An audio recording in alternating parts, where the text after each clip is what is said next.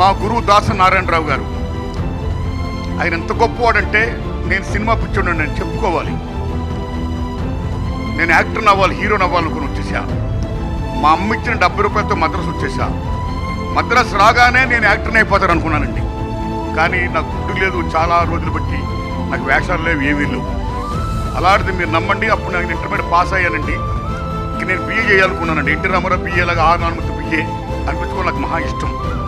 నేను బిఏ చదవాలని ప్లాన్ చేసుకున్నానండి. అప్పుడు మా గురుగారిని కలుసుకుంటే మీరు నమ్మండి, ఆ మహానుభావుడు నాకు గుడ్డెట్టి ఆదరించి నన్ను హీరో చేసాడండి దాసరి నారాయణరావు గారు.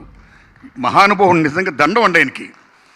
ఆయన ఎంత గొప్పవాడంటే మీరు నమ్మండి, ఆయన క్యాస్ట్ చూడ్డు. నీ కులం ఏంటని ఇప్పుడు అడగలా, నీ మతం ఏంటని అడగలా, నువ్వెవరు అడగలా, వాడి యొక్క బ్యాక్గ్రౌండ్ అని అడగలా. సో ఎవరైతే అర్హులు ఉంటారో, అవకాశాలు ఉంటాయో అవకాశాలు ఇవ్వాలి. కాబట్టి వాళ్ళకి చేరదీసి వాళ్ళని యాక్టర్లు చేసి వాళ్ళ యాంబిషన్ ఫుల్ఫిల్ చేసినటువంటి మాననీయ కోణం ఉన్న మహోన్నత వ్యక్తి శ్రీ దాసరి నారాయణరావు గారండి.